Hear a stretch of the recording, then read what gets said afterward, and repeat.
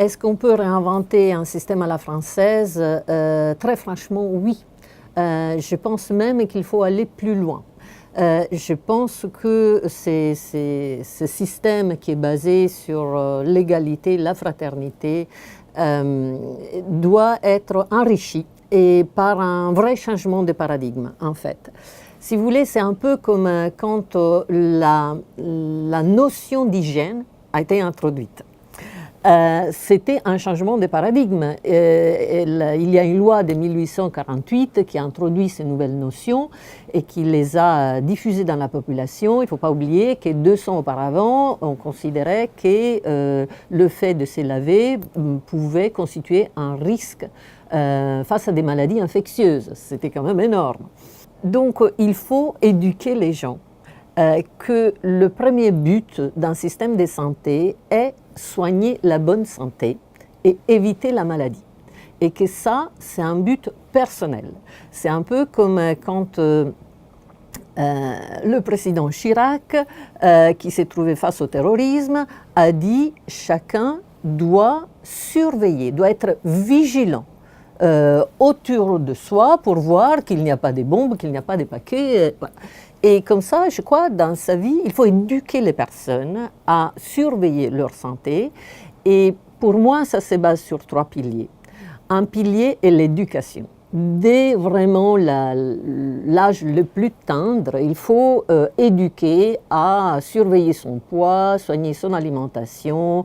Voilà, il y a tout, vous savez très bien, l'exercice physique, l'alcool, la fumée, voilà, le fait de manger trop salé, trop sucré, tous ces aspects-là. Mais aussi, est-ce qu'on regarde 10 heures par jour un écran d'ordinateur? Il y a tout ça, en fait, parce que les yeux aussi, voilà, peuvent développer des pathologies suite à des mauvaises habitudes.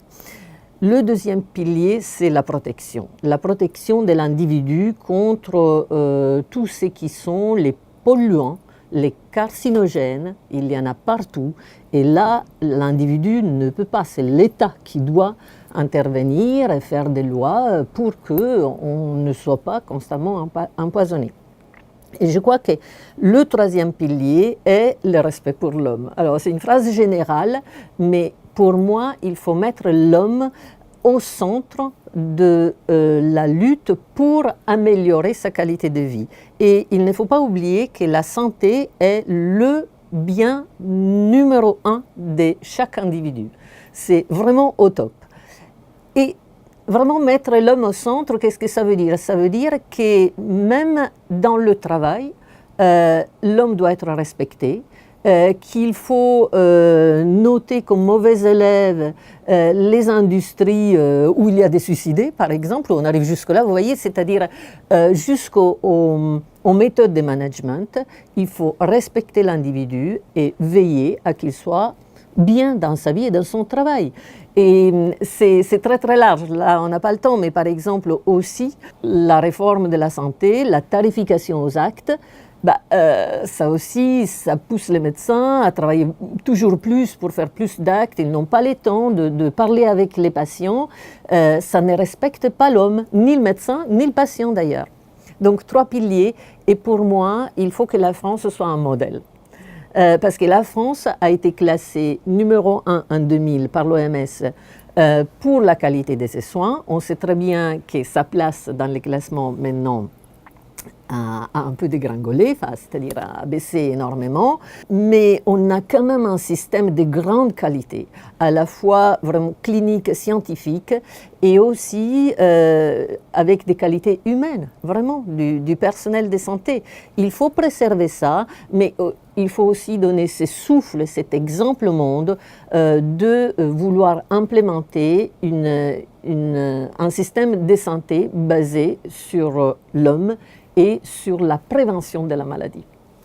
Dans le domaine de l'oncologie, en fait, il faut dire que c'est un domaine complexe parce qu'il y a eu des avancements très importants, mais ces avancements sont irréguliers dans certains secteurs, mais pas dans d'autres.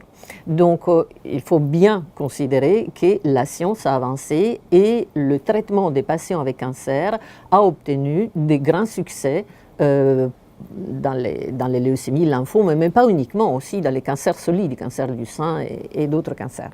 Maintenant, il reste beaucoup à faire parce que quand même les patients meurent encore des cancers et c'est vrai que quelquefois ils sont désarmés face à l'impuissance de la médecine actuelle à contrôler le cancer, à l'éliminer, surtout quand il est détecté trop tard.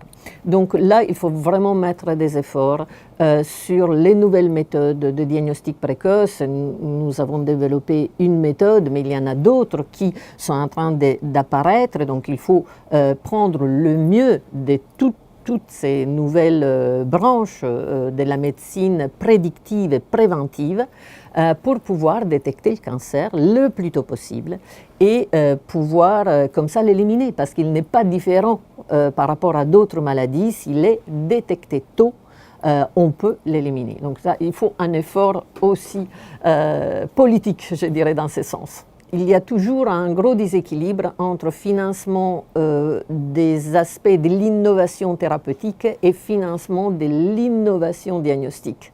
Alors que l'innovation diagnostique a un effet très très large parce qu'elle va pouvoir couvrir plusieurs cancers et va pouvoir être résolutrice. L'effort thérapeutique est important aussi, évidemment, mais est cancer par cancer. Et puis, il y a, on le voit très bien, hein, souvent le spectre de la récidive, même pour les traitements ciblés, ces traitements nouveaux qui sont très très chers, il y a des cas fréquents d'échappement et de récidive après ces traitements. L'immunothérapie est un gros espoir, mais encore les succès sont extrêmement limités et puis ces traitements sont déjà extrêmement chers, pas seulement, mais dans certains cas, ils conduisent le patient proche de la mort parce qu'en fait, ils ont une morbidité importante. Donc, la piste diagnostique devrait être décidément renforcée comme effort national et tout ça va dans le même registre d'habituer les gens à surveiller leur propre façon de vivre et aussi contrôler leur propre santé pour essayer de prévenir la maladie. Je ne suis pas une politicienne, mais je me rends compte que les efforts dans ces domaines ont un coût. Mais si on se met dans la perspective de ne pas traiter les symptômes, mais traiter les causes, c'est-à-dire avoir une nouvelle vision de comment traiter les problèmes de santé, premièrement, je pense que toutes les générations seront reconnaissantes de cet effort parce que le fait ce sera important et sera bien sûr de très très très longue durée pour les générations futures. Deuxièmement, il ne faut pas oublier que la santé pour nous tous, pauvres, riches, etc., est le premier bien. Et tout ce que la politique peut faire pour la santé est essentiel pour la qualité de vie. Et c'est large parce que ça touche la vie individuelle, la vie familiale, la vie de travail, ça touche vraiment la vie du sujet. Donc même pour ceux qui veulent vraiment apporter un avantage essentiel par leur mandat politique à la vie des citoyens, le sujet santé devrait être le numéro 1 de leur souci.